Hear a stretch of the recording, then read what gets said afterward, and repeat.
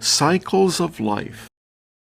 I was in the upper class of my little village because I owned a motorcycle.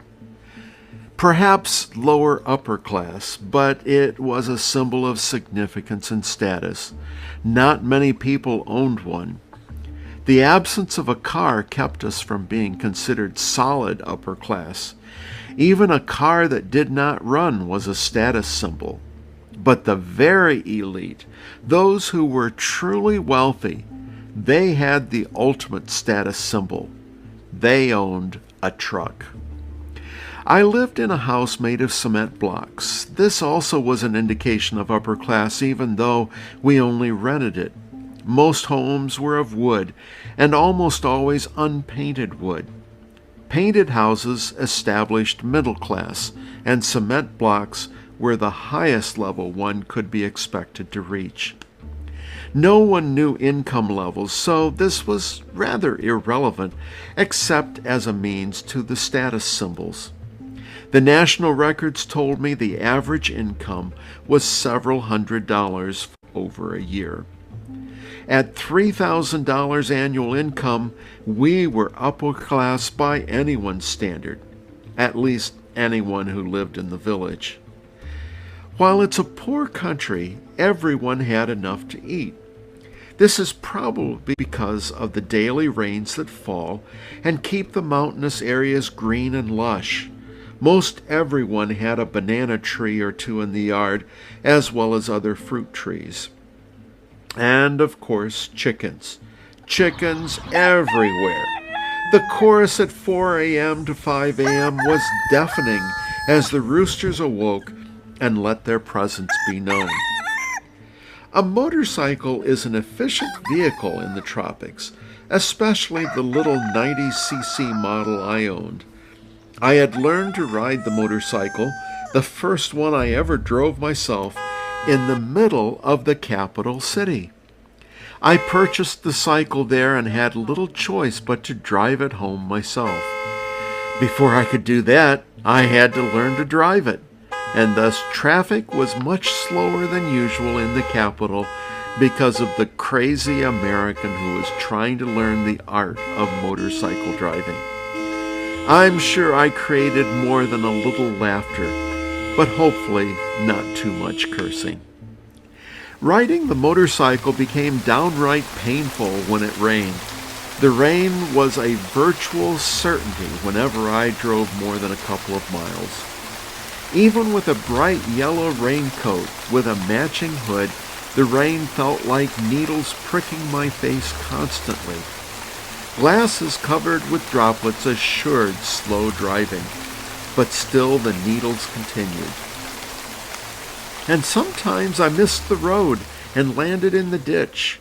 Usually the ditch was a few feet down. If so, a 90cc could almost be pulled up out of the ditch, but not quite.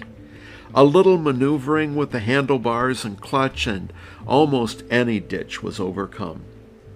That is, unless the ditch was a mountainside, and there were plenty of roads where there were no guardrails, and the distance almost straight down could be hundreds of yards. I tended to drive towards the middle of the road when I saw no bottom to the ditch. Unfortunately, the motorcycle died a month or so after I purchased it, and so it sat in the garage at school. A friendly ham radio friend, our lifeline to the outside world, considering the incredible price for long-distance calls, sent me a part that was important and helpful, but unfortunately not the solution. But after a few more weeks, someone suggested that I take it to a nearby shop for repairs. I had never seen the shop, as it was completely unmarked by signs. There the motor was tuned up and ran fine within a few minutes, and I had driven past the solution dozens of times in the Land Rover Jeep, but never saw it for what it was. That's common on this island of the Caribbean. Riding a motorcycle in the tropics is much like married life. One should expect the rain.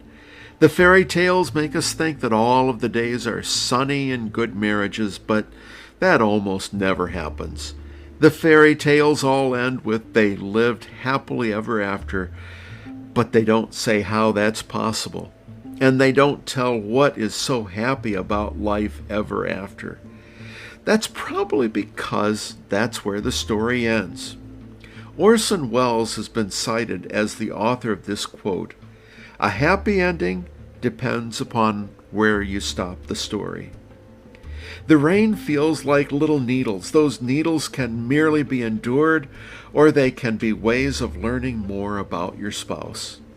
There is pain in marriage, but some of the pain can be avoided by learning what produces the pain and why. And sometimes a marriage lands in the ditch. It may be that the rain becomes too much and you slip and slide down to the ditch. At other times, one just ignores what's happening, and when you get close to the edge, down you go. Sometimes a small, sleek motorcycle is easier to get out of the ditch, and likewise a marriage that has been well nourished may be easier to dislodge from the ditch. But if you stay in the ditch, you don't get anywhere. Many marriages fall in the ditch and get stuck. They just don't progress. I believe it was C.S. Lewis that stated that the purpose of marriage is spiritual growth. The problem with falling in the ditch is that a sour or boring marriage is likely to be ditched, abandoned by one or the other. And some ditches are really mountainsides. The marriage sinks quickly and cannot return to the road. Death to the marriage is inevitable, and probably there is a degree of death to one or both partners.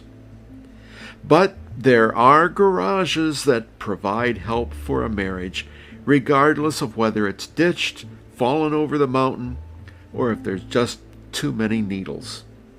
Those garages are pastors and counselors that can help us. The best of these marriage mechanics rely upon the resources of the master mechanic, who is always there, but easily missed.